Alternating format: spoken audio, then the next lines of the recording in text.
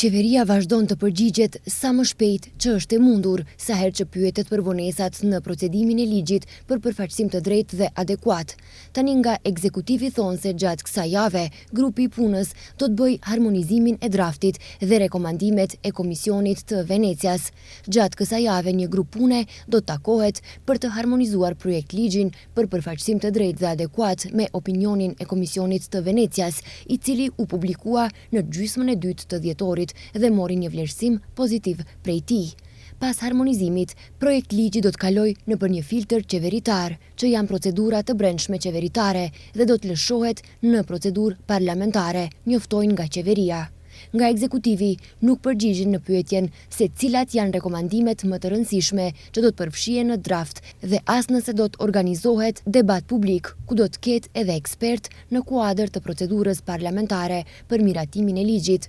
Qeveria përpiloi draft ligjin për përfaqësim të drejtë dhe adekuat në qershor të vitit 2025, pasi gjykata kushtetuese në tetor të vitit 2024 shfuqizoi mekanizmin e njohur si balancues.